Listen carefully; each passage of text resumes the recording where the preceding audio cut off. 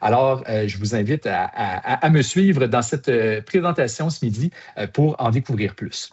Mais avant, peut-être voir un peu donc ces technologies quantiques qui s'en viennent, la différence avec ce qui s'est fait entre en fait, les 100 dernières années du quantique puis aujourd'hui, c'est que non seulement on comprend les technologies, mais on est maintenant capable de contrôler les effets quantiques de la matière.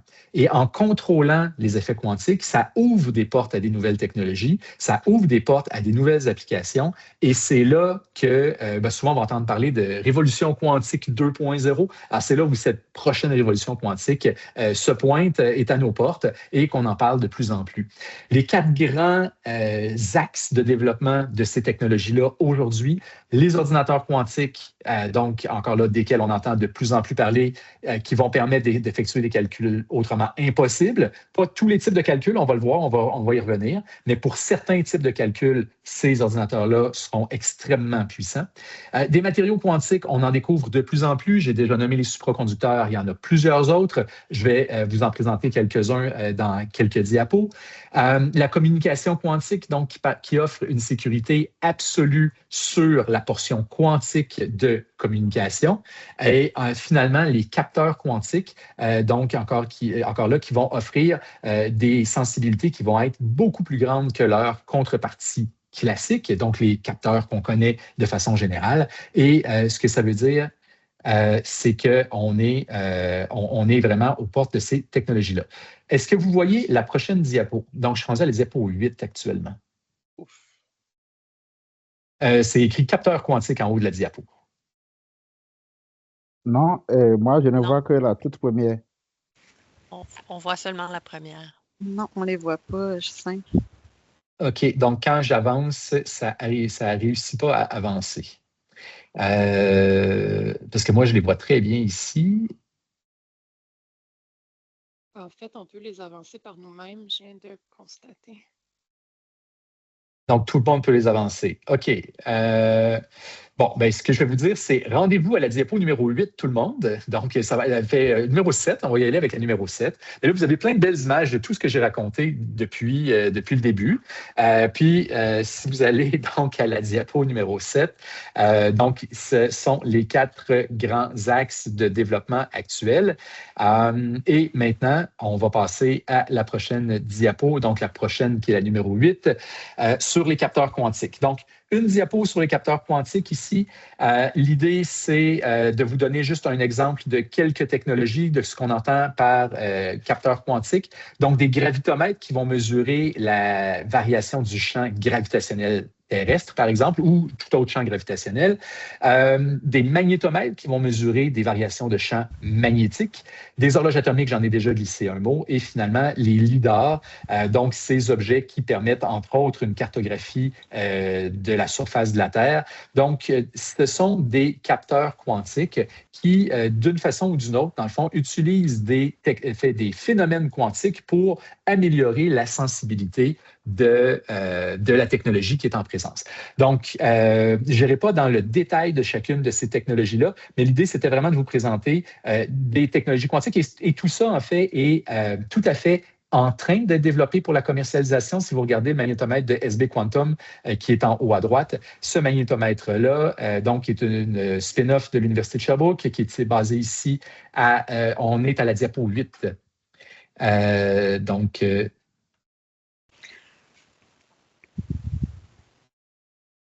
Ouais, donc, parfait. Et puis, donc, SB Quantum qui est en train de commencer donc les phases de commercialisation là, de leur magnétomètre. Alors, que ce soit quantique au cœur, en réalité, ce n'est pas très important. À partir du moment où on a des meilleurs capteurs, c'est ce qu'on cherche. Mais l'idée ici, puisqu'on parle de quantique, c'est de souligner que les technologies quantiques, en fait, incluent les capteurs quantiques. Si on va à la diapo numéro 9, donc, un mot sur la communication quantique. Donc, la communication quantique va avoir 2 grandes familles. Soit on branche des ordinateurs classiques entre eux, mais avec un lien quantique entre les deux, ce qu'on va appeler l'Internet quantique. Ou encore, on peut brancher 2 ordinateurs quantiques avec un lien quantique entre les deux. Et là, dans le fond, tout notre système est quantique d'un bout à l'autre.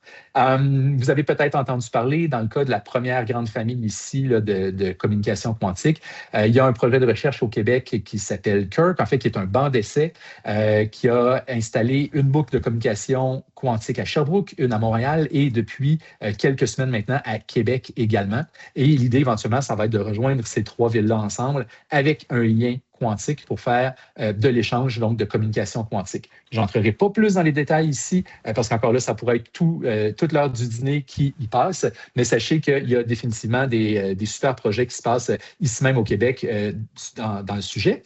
Et du côté de joindre deux ordinateurs quantiques ensemble, ça aussi, ça fait l'objet de recherches très intenses actuellement. On a des labos de recherche ici à l'Institut quantique qui se consacrent entièrement, entre autres, là, à fabriquer donc le hardware, le matériel nécessaire pour être capable de connecter ensemble deux ordinateurs quantiques.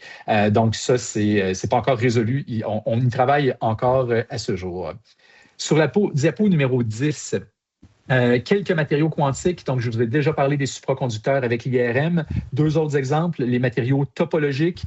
Donc, essentiellement, si vous prenez un matériau en 3 dimensions avec une certaine composition chimique, si vous pouvez prendre la même composition chimique, mais fabriquer un matériau en 2 dimensions et vous obtenez des comportements de la matière complètement différents. Et l'idée, c'est d'utiliser ces comportements différents-là, donc dans les matériaux qu'on appelle topologiques, les matériaux de surface, avec ces phénomènes étranges, donc de voir est-ce qu'on est capable de développer des technologies qui pourront utiliser ces phénomènes étranges-là de la matière qu'on voit émerger là, dans les matériaux topologiques. Finalement, matériaux magnétocaloriques, eux sont vraiment intéressants aussi. Quand on les prend, on les met dans un champ magnétique intense, ils vont dégager de la chaleur, et si on les sort du champ magnétique, ils vont donc être refroidis puisqu'ils vont avoir perdu de la chaleur pendant leur séjour dans le champ magnétique. Donc, on pourrait penser à des systèmes de réfrigération basés sur ces matériaux-là, par exemple. Donc, c'était quelques exemples de matériaux. Maintenant, avant de plonger dans la portion sur l'informatique quantique. Alors, pourquoi on en parle aujourd'hui? Je vous dirais que s'il y a quelque chose sur lequel tout le monde s'entend dans le monde, c'est vraiment la pénurie mondiale de main-d'œuvre en quantique.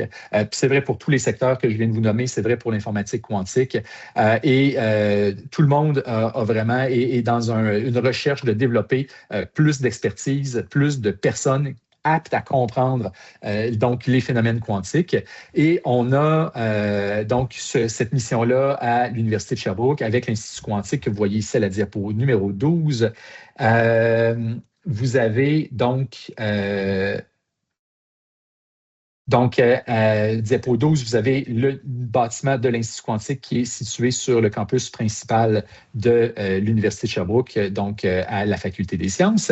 Et à l'intérieur donc de ce bâtiment, il y a l'Institut avec 250 étudiantes et étudiants qui sont vraiment placés au centre de la recherche. L'idée, c'est vraiment de donner aux étudiantes et aux étudiants toutes les options pour leur future carrière, que ce soit, oui, peut-être prof universitaire, mais aussi lancer leurs propres entreprises. On a plusieurs exemples dans les dernières années d'étudiants qui ont pris cette voie-là, que ce soit aller travailler en grande, en petite entreprise également. Donc, l'idée, c'est vraiment de favoriser l'émergence de ces experts et de ces expertes-là.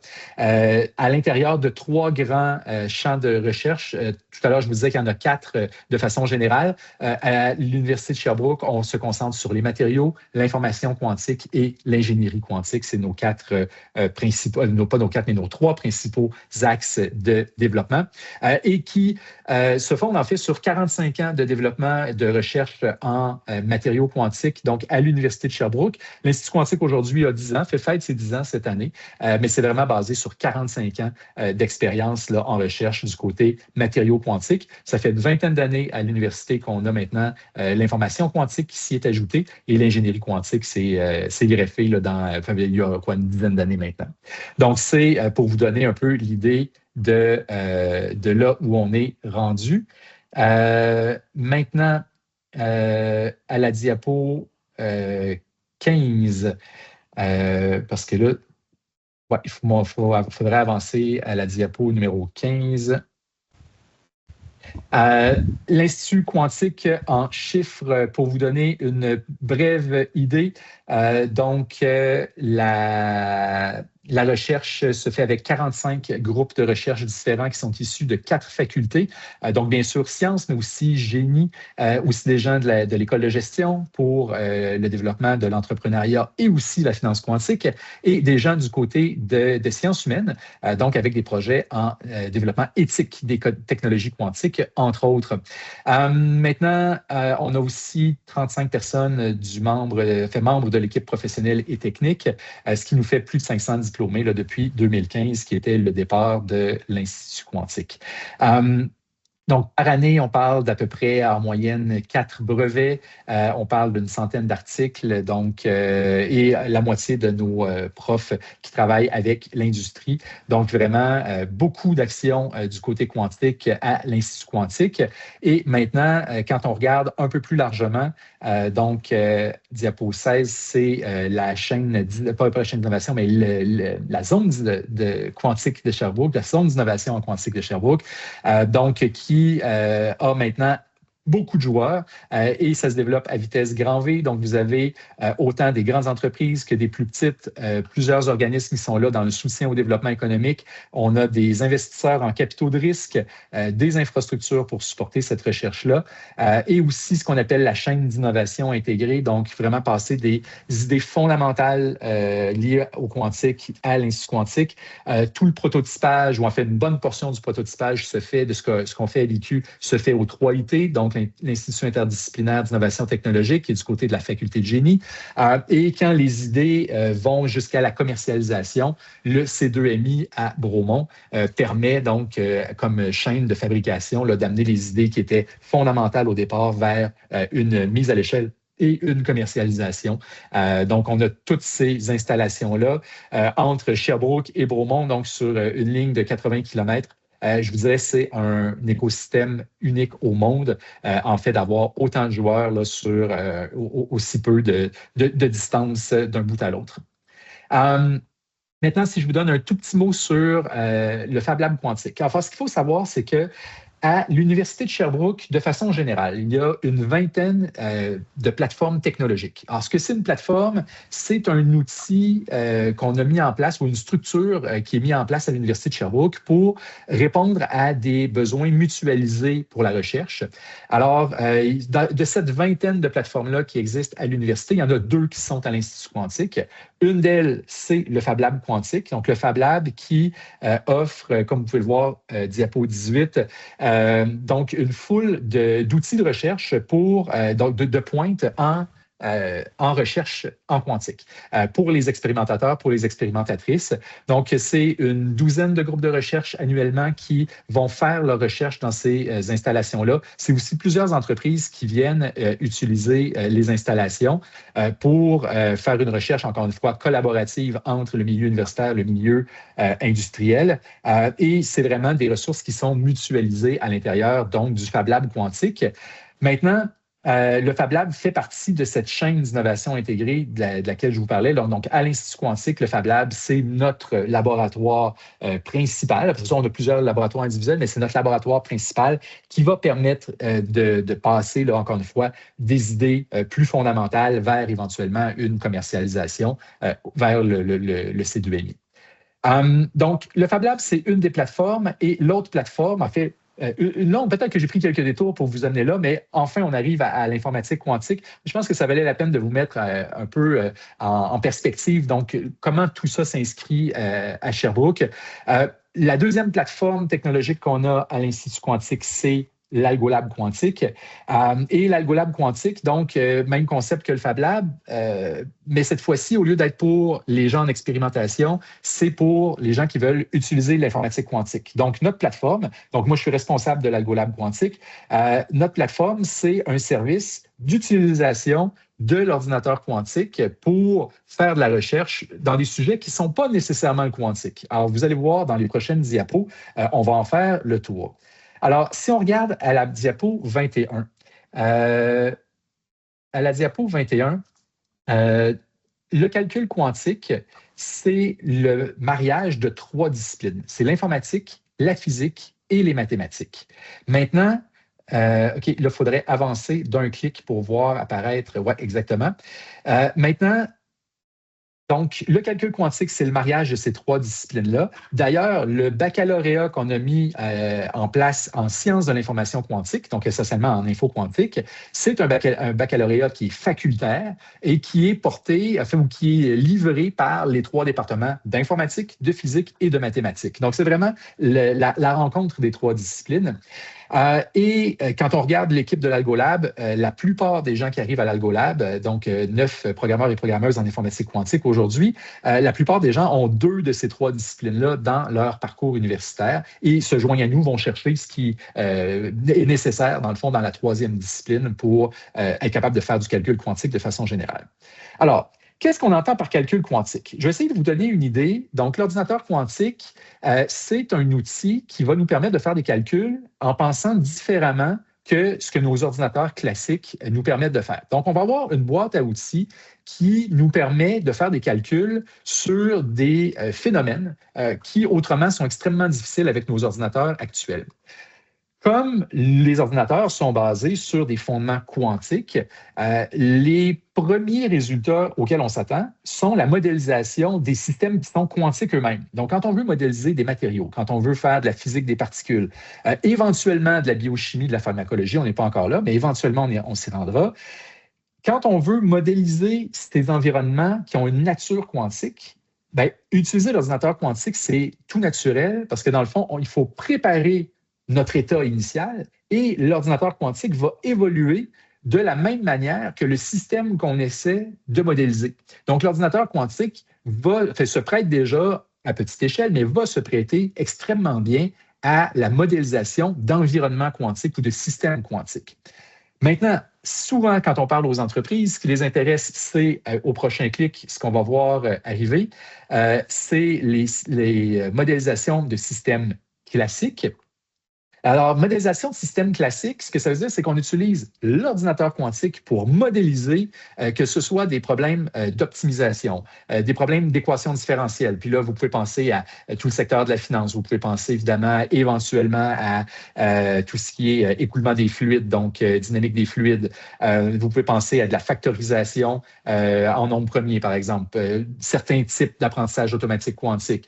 Donc, utiliser l'ordinateur quantique pour modéliser les systèmes classiques, ça présente un grand défi.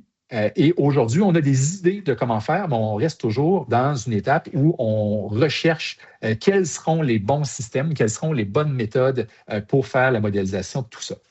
Alors, si on avance à la diapo 22, l'Algolab, de la façon qu'on a été structuré, donc avec tout ce que je viens de vous raconter en tête, on a 3 piliers de développement. On a la recherche qui est définitivement fondamentale et au cœur de ce qu'on veut faire. Maintenant, pour faire de la recherche, ça nous prend des gens qui sont capables de faire cette recherche-là. Donc, on sait depuis le départ qu'on a toute une communauté à développer. Et finalement, pour être capable d'avoir des gens capables de faire de la recherche en informatique quantique, on sait que ça prend de la formation. Je vous dirais que la formation de ce midi entre dans cette idée générale. Évidemment, aujourd'hui, on est en introduction, on n'est pas en train d'apprendre à programmer l'ordinateur quantique en tant que tel, mais l'idée de dire, OK, on a besoin de formation pour s'approprier les outils de ce que c'est l'informatique quantique. Évidemment, depuis le départ de l'Algolab, on sait qu'il faut aller dans cette direction-là.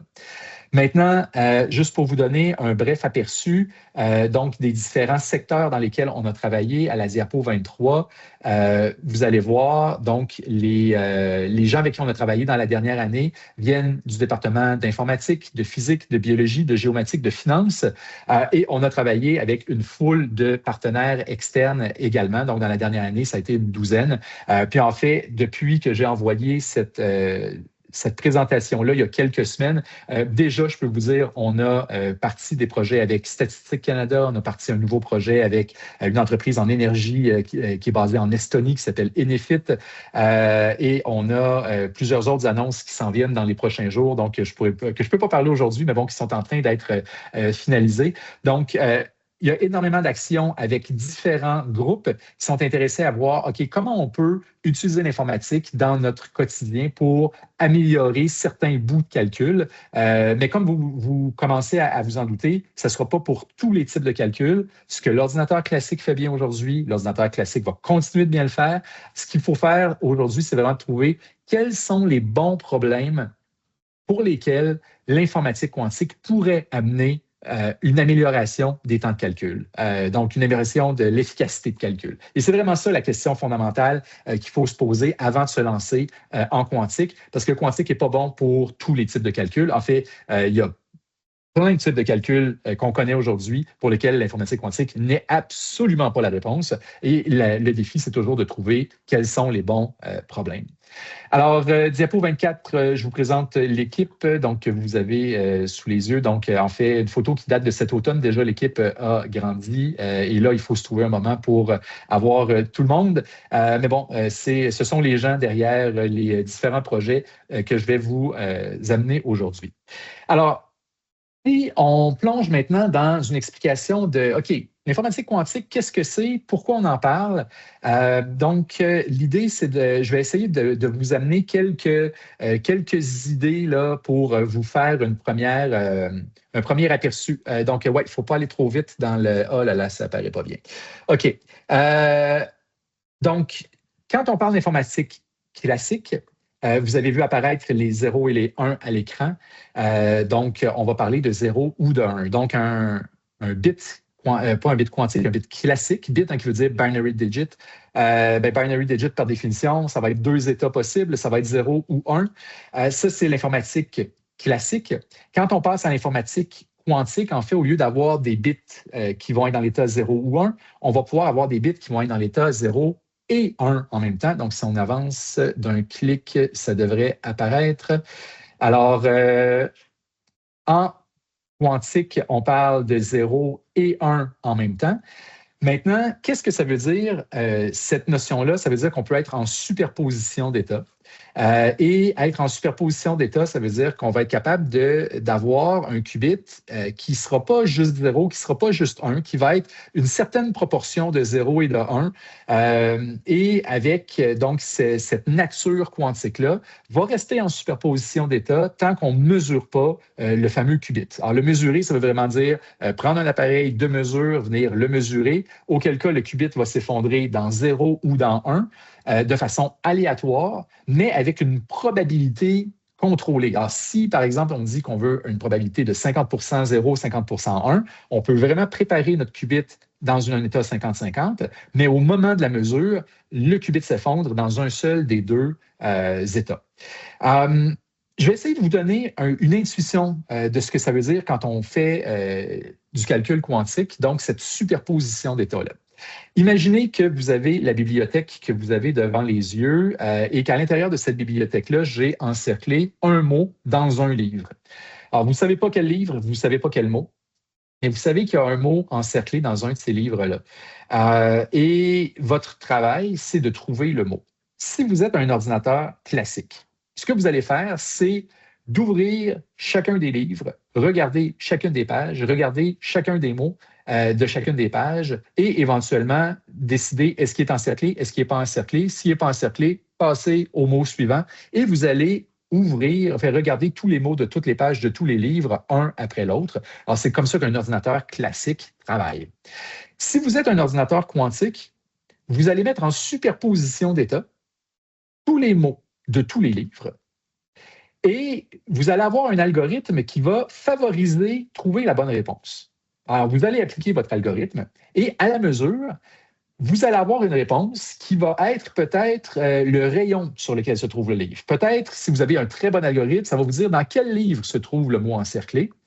Vous n'aurez pas exactement la localisation du mot, mais vous allez avoir une réponse qui va être beaucoup plus proche de cette localisation finale-là. Et c'est comme ça que l'informatique quantique fonctionne. C'est de vraiment travailler dans un espace de travail qui est immense et on travaille de façon probabiliste. Je vous le disais, la superposition d'états, c'est vraiment avec une superposition où on va avoir certaines réponses qui sont possibles, certaines qui ne le sont pas.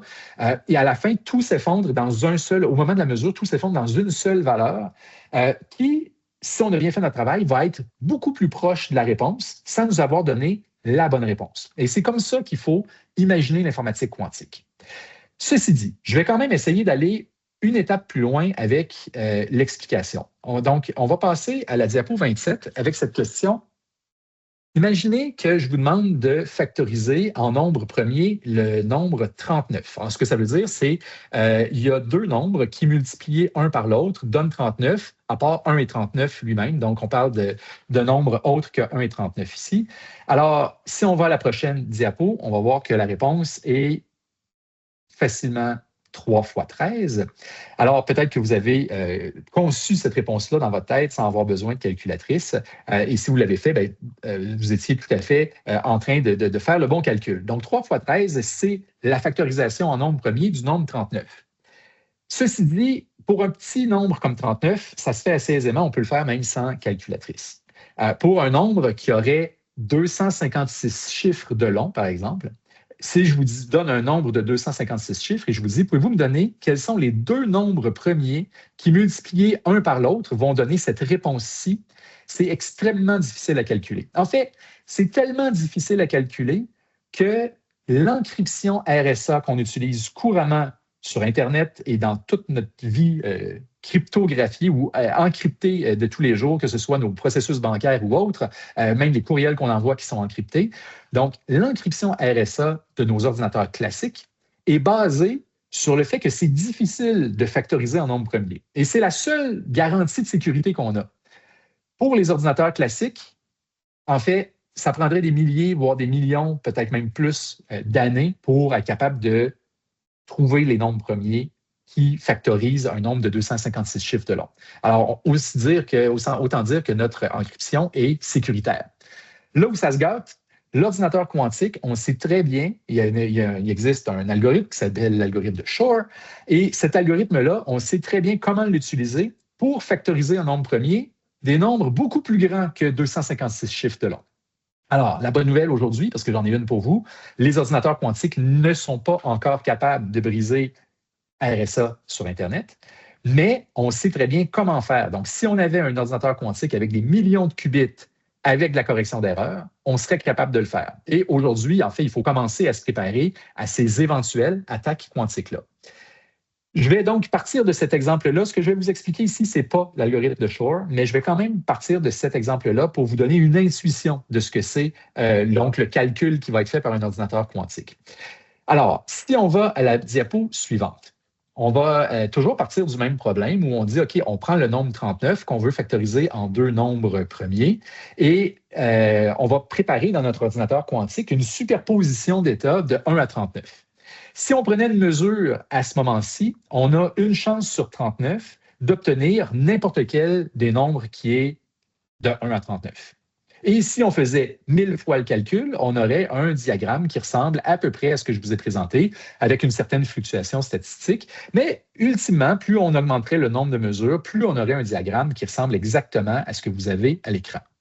Alors, rien de très excitant encore. En fait, je vous dirais d'un point de vue scientifique, c'est extraordinaire, mais d'un point de vue utilité, rien de très utile encore. Alors, ce qu'on va vouloir faire dans notre ordinateur quantique, c'est de dire, OK, on a préparé une superposition d'états des nombres de 1 à 39, et maintenant, on va appliquer un algorithme qui va venir mettre des contraintes sur notre système qui va faire en sorte de favoriser les bonnes réponses et de défavoriser ce qui ne serait pas des bonnes réponses. Alors, comment ça fonctionne si on va à la diapo suivante, la numéro 30?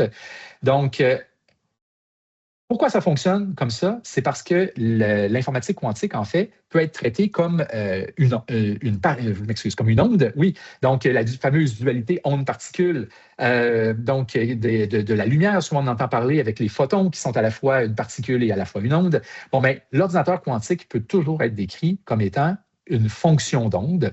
Et dans les belles propriétés des ondes, en fait, si on clique un coup, vous allez voir donc apparaître une deuxième onde sous la première par le phénomène d'interférence. Donc, si on additionne deux ondes dont les crêtes coïncident et dont les creux coïncident, avec un clic suivant, vous allez voir l'addition de ces deux ondes-là encore, on va avoir une augmentation de l'amplitude de notre onde.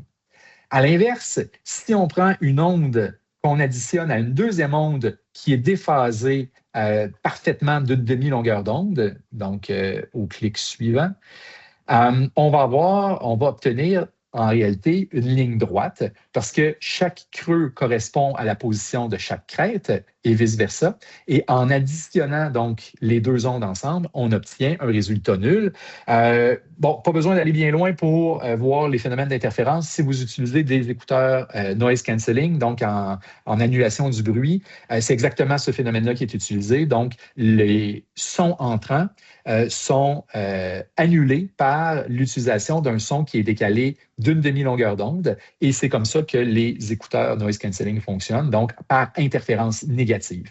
Alors, ce qu'on va vouloir faire dans notre algorithme, si je reviens à notre exemple, on a préparé une superposition d'états de nos 39 possibilités et on va vouloir favoriser les bonnes réponses. Et là, tout ça, je vous épargne les détails mathématiques, mais mathématiquement, on va écrire un algorithme qui va favoriser les réponses qui sont des bonnes réponses à notre problème et qui vont défavoriser les réponses qui ne représentent pas une solution à notre problème. Alors, à la diapo suivante, vous allez voir donc la diapo que vous avez déjà vue des 39 possibilités bien égales. Et à la diapo 32, voici ce qu'on cherche à obtenir. Donc, favoriser la réponse 3, enfin l'état numéro 3 et l'état numéro 13, parce que c'est deux réponses satisfaisantes à notre problème. Alors, si on prend une mesure à ce point-ci, on a 50 de chance d'obtenir 3, on a 50 de chance d'obtenir 13. Et si on refait notre calcul 1000 fois, bien, on aurait à peu près 500 fois 3 et 500 fois 13 comme réponse. Bon, alors écoutez, ça ici, c'est un peu licorne comme monstre que je suis en train de vous présenter. À la prochaine diapo, vous allez voir qu'on est probablement beaucoup plus dans une distribution de certains états. Mais bon, si on a bien fait notre travail, on va se concentrer autour du nombre 3 et se concentrer autour du nombre 13. Si on fait 1000 fois le calcul, on va quand même voir que 3 et 13 sont probablement nos bonnes réponses. Ceci dit, ce problème-là est bien parce que si on obtient 3, c'est facile de trouver 13 et quand on a 3 et 13 ensemble, on sait que 3 fois 13 égale 39. Donc, c'est un problème qui est intéressant, la factorisation en nombre premier, parce que c'est un problème qui est facile à prouver. Une fois, la réponse est difficile à obtenir, mais une fois qu'on a la réponse, c'est facile de prouver qu'on a la bonne réponse. Alors, tous les problèmes ne sont pas de ce calibre-là, mais celui-là en est un et c'en est un excellent pour ça. Bon, là, on a réussi à utiliser donc un mode de calcul qui utilise la superposition d'états, un mode de calcul qui est inaccessible à nos ordinateurs classiques. On peut calculer 3 et 13 sur nos ordinateurs classiques. Évidemment, trouver les nombres premiers de 39, c'est assez facile. Mais comme je vous dis, pour un nombre qui serait très grand, les ordinateurs classiques ne sont pas capables de le faire. Mais on a un algorithme qu'on connaît qui sera capable, quand on aura l'ordinateur quantique utile, donc de faire ce type de calcul-là. Bon, en réalité, les ordinateurs quantiques d'aujourd'hui, si on va à la prochaine diapo, vous allez voir, sont beaucoup plus bruyants que ça et on obtient donc une distribution, en fait, qui ressemble probablement plus à ce qui est là. Donc, aujourd'hui, on peut faire une factorisation de 39 là, sur des ordinateurs quantiques et voici de quoi a probablement l'air la réponse qu'on obtiendra au bout de 1000 calculs, simplement parce que les ordinateurs sont très bruités. Il n'y a pas de correction d'erreur encore. On y va tranquillement. D'ici la fin de la décennie, on devrait voir apparaître de la correction d'erreur sur des ordinateurs quantiques. Aujourd'hui, il faut prendre d'autres mécanismes de mitigation d'erreurs. Donc, on va faire du post-traitement des résultats pour être capable d'obtenir des solutions qui sont à peu près satisfaisantes à nos problèmes.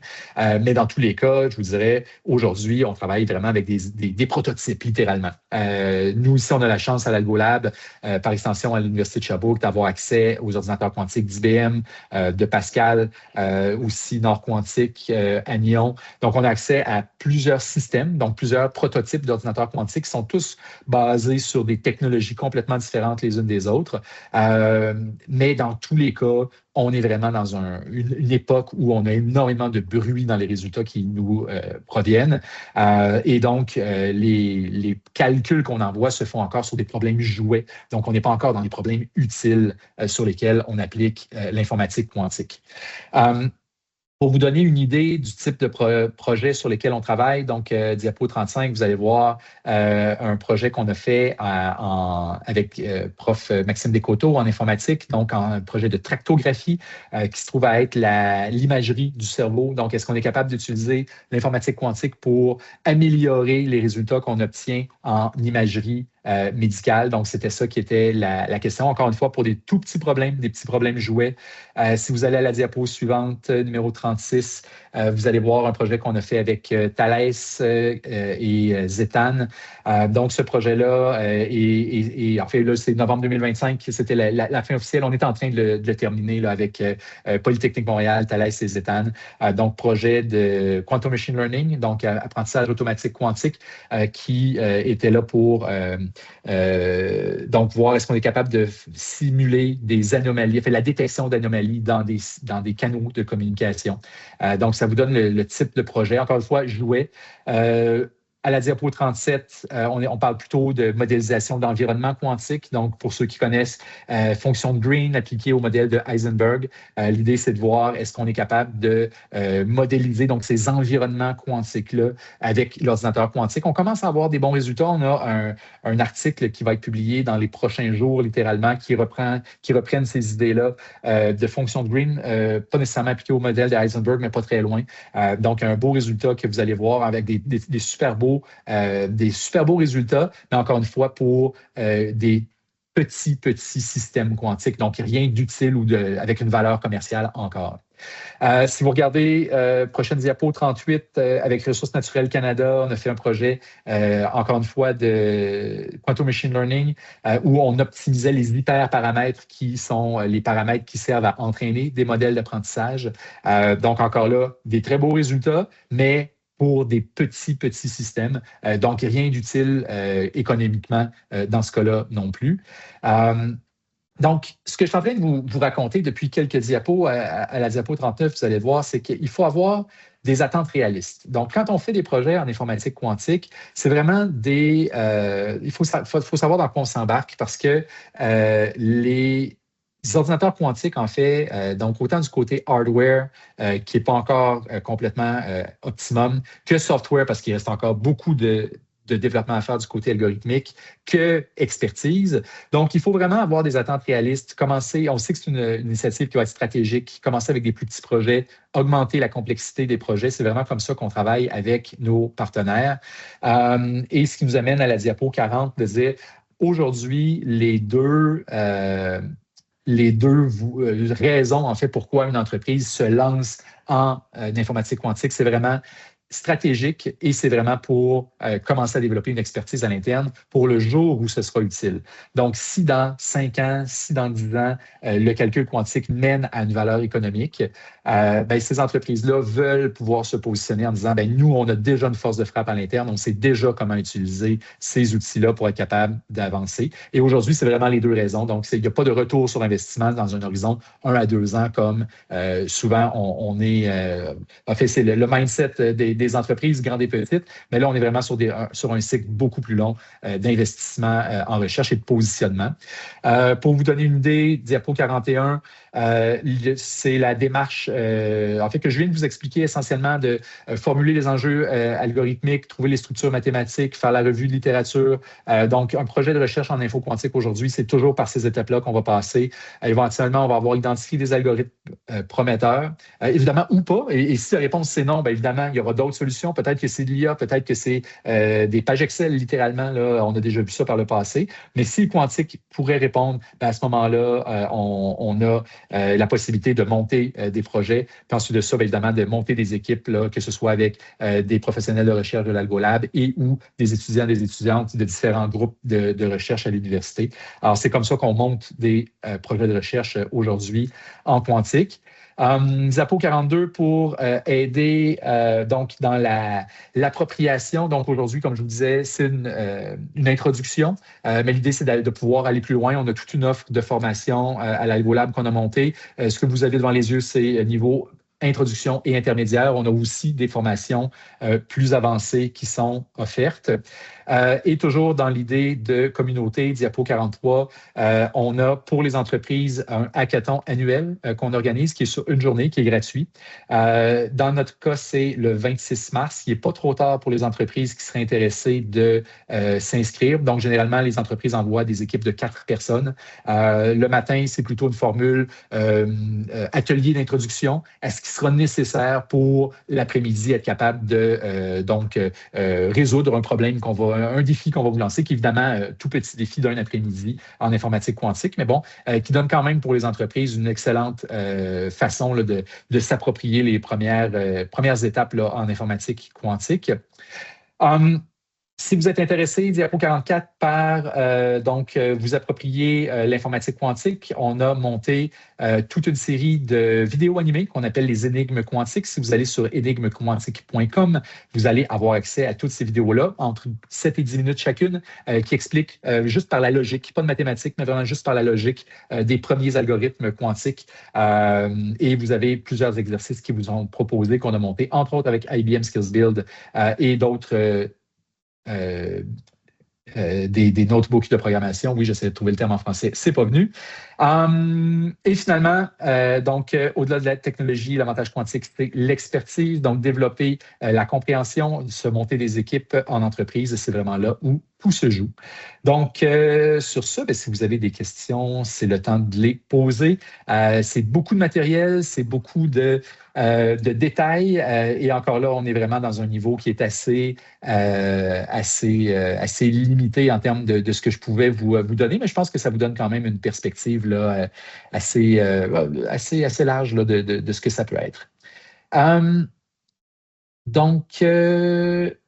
Si je vais dans le chat, si vous avez des... OK, on va y aller avec les mains levées. Donc, Emma Nonfi.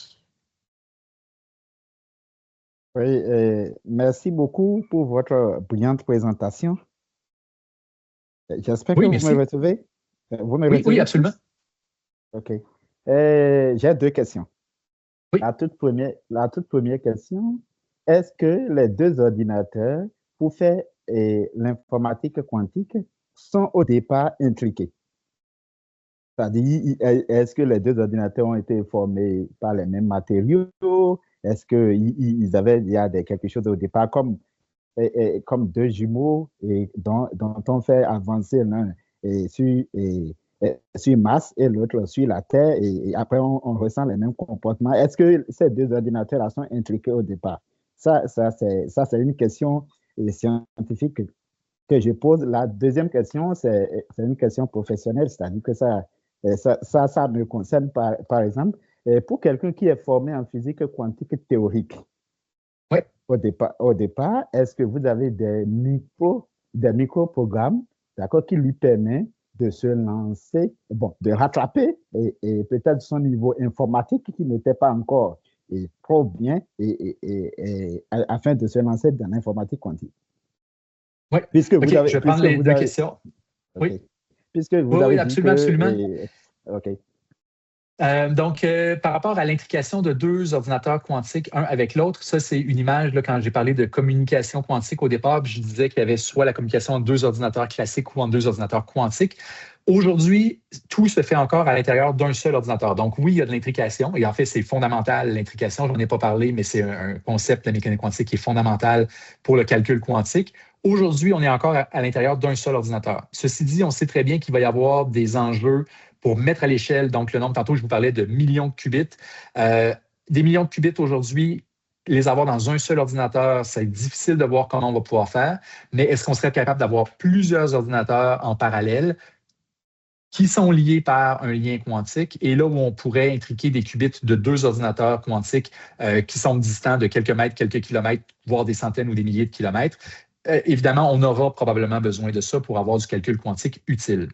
Ensuite de ça, par rapport aux formations, aujourd'hui, c'est sûr que pour les professionnels qui sont sur le marché du travail, je vous dirais que les formations de l'AlgoLab sont probablement les plus intéressantes. On a une version, j'en ai pas parlé, mais qui est un 20 heures sur 10 semaines où on accompagne des équipes de 5 ou 6 personnes, généralement des gens qui savent déjà programmer en Python. Et là, on part vraiment de la base où on explique qu'est-ce qu'un qubit. Puis, à l'intérieur de 10 semaines, on arrive jusqu'à l'implémentation d'un algorithme existant. On n'est pas en recherche, on trouve un article qui présente un algorithme qui est d'intérêt pour l'entreprise. Et en 10 semaines, à coût de 2 heures par semaine, on se rend jusqu'à l'implémentation d'un premier algorithme. Sinon, on a a, avec le baccalauréat en sciences de l'information quantique, plusieurs cours d'introduction. Donc, si on regarde l'aspect crédité, là, j'avoue qu'il faudrait voir là, comment la mécanique pour avoir accès à ces cours-là, mais probablement que ce sont les deux moyens que je vois le plus là, pour commencer à s'y plonger là, plus formellement. OK, d'accord. Merci beaucoup. Oui, avec plaisir, merci. Ahmad. Bonjour, merci d'abord pour votre présentation. Et ma question est la suivante. Y a-t-il une limite dans le nombre de superpositions possibles d'états de la mécanique quantique? Sinon, est-ce que le nombre de superpositions peut affecter la précision de favorisation des bons résultats? Oui. Dans le fond, un ordinateur quantique, si on le regarde d'un point de vue théorique, ça fait que là, en une seconde, ce que ça veut dire, c'est que les qubits qu'on a aujourd'hui sont des qubits physiques. Il n'y a pas encore de correction d'erreur. Éventuellement, on sera capable d'avoir suffisamment de qubits pour avoir une certaine forme de correction d'erreur et là, obtenir des qubits logiques. Alors, je vais utiliser ces qubits logiques-là pour répondre. Donc, les qubits logiques sont corrigés, puis sont indéfinis dans le temps. Là, donc, si on les prépare, ils restent dans l'état qu'on a préparé de façon indéfinie. Alors, ces qubits logiques-là, si on en a un, on a deux états possibles, c'est 0 et 1. Si on en a deux, on a quatre états possibles. Alors, c'est 0, 0, 0, 1, 1, 0 et 1, 1.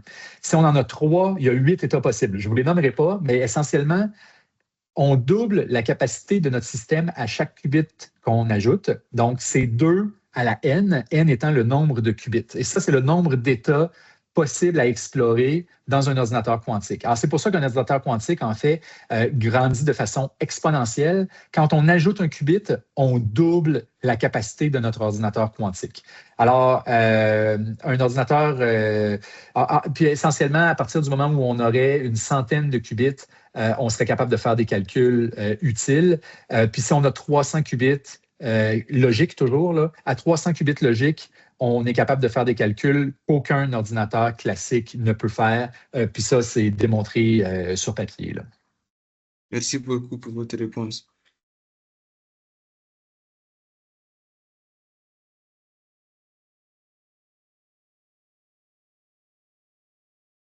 Oui, Julie. Oui, bonjour, Monsieur Lefebvre. Vous m'entendez bien? Oui. Oui, bien, je vous remercie pour votre présentation. Moi, je suis conseillère en développement professionnel au service des stages et du développement professionnel. Alors, je suis beaucoup en lien avec le marché du travail là, actuel. Vous avez dit, hein, vous me l'avez bien nommé, c'est un domaine en émergence, peut-être un retour sur l'investissement et l'utilité de 2 à 5 ans. Puis, ma question, c'est de voir, vous avez dit que c'est important de se positionner aussi d'avance là, pour que les entreprises soient prêtes à effectuer ce virage-là. Et je vois que peut-être une façon de le faire, c'est de déjà embaucher des stagiaires qui sont au bac en sciences de l'information quantique. J'aimerais avoir un petit peu, vous avez parlé de potentiel d'application, mais de potentiel d'application dans les domaines actuels du marché du travail, entre autres, là, si je pense à l'entreprise technologique ou tout ce qui est manufacturier ou industriel, en cybersécurité, tout ce qui est également là, qui va toucher la R&D ou l'innovation. Je me demandais, est-ce que si on veut préparer les entreprises au futur qui les attendent avec l'informatique quantique, est-ce qu'il y a des choses que vous entrevoyez possibles là, par rapport à l'implication de gens qui ont une base en sciences de l'information quantique en entreprise actuellement? Oui, bonne question. En fait, c'est sûr que ça va se jouer, je veux dire, malheureusement, malheureusement ou heureusement, là, vous prendrez le sens que vous voulez. Mais c'est avec les grandes entreprises que ça va démarrer pour ce qui est de l'utilisation et des projets de recherche. Pour les plus petites, moyennes entreprises, c'est certain qu'aujourd'hui, l'idéal, c'est vraiment de faire une veille technologique. Donc, le webinaire d'aujourd'hui, c'est un bel exemple, mais de se garder à jour sur où est-ce que c'est rendu comme technologie, où est-ce qu'on s'en va. C'est certain que la réalité en PME, c'est toujours ce retour sur investissement dans un court terme, ce que l'ordinateur quantique aujourd'hui peut vraiment pas permettre. Donc, dans ce sens-là, puis je pense que ça a été illustré avec ce que je vous ai présenté comme diapo avec les partenaires qu'on a aujourd'hui. Les entreprises avec qui nous, on travaille à l'Algolab, c'est définitivement des grandes entreprises. Je pense qu'il y a eu une exception là, en 6 ans d'existence là, que je peux nommer. Donc, c'est vraiment avec la grande entreprise. Puis la grande entreprise, encore une fois, qui va avoir donc plusieurs caractéristiques, donc des besoins ou des enjeux computationnels. Puis attention, des enjeux computationnels qui peuvent être répondus par l'ordinateur quantique. Encore là, ce n'est pas tous les enjeux. Mais bon, ça, c'est une des caractéristiques.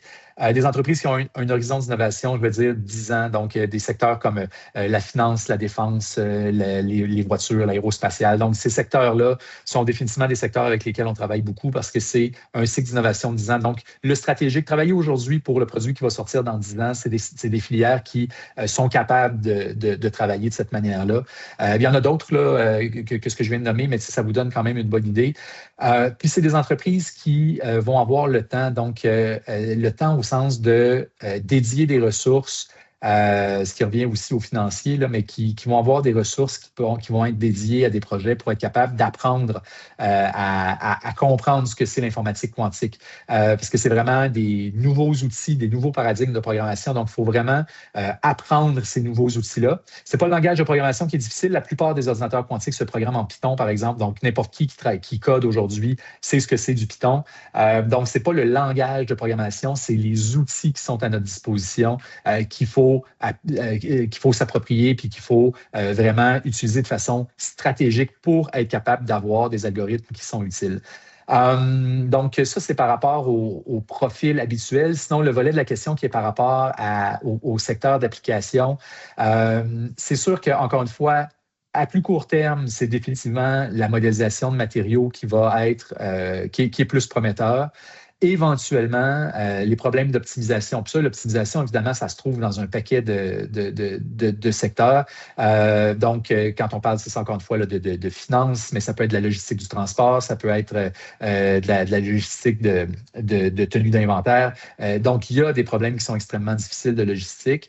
On commence à avoir des idées de bons algorithmes à appliquer. Ce n'est pas encore complètement défini sur lesquels vont être les gagnants dans tout ça. S'il y a des gagnants là, au bout du compte, mais tranquillement, on commence à voir ça.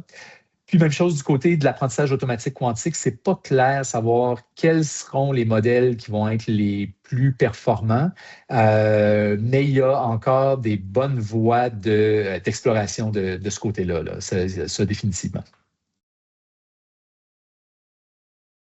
Je vous disais merci, mais mon micro était fermé. Je vous remercie. Ah oui, ouais, merci. Est-ce qu'il y a une autre question? On a peut-être le temps pour une ou deux autres questions.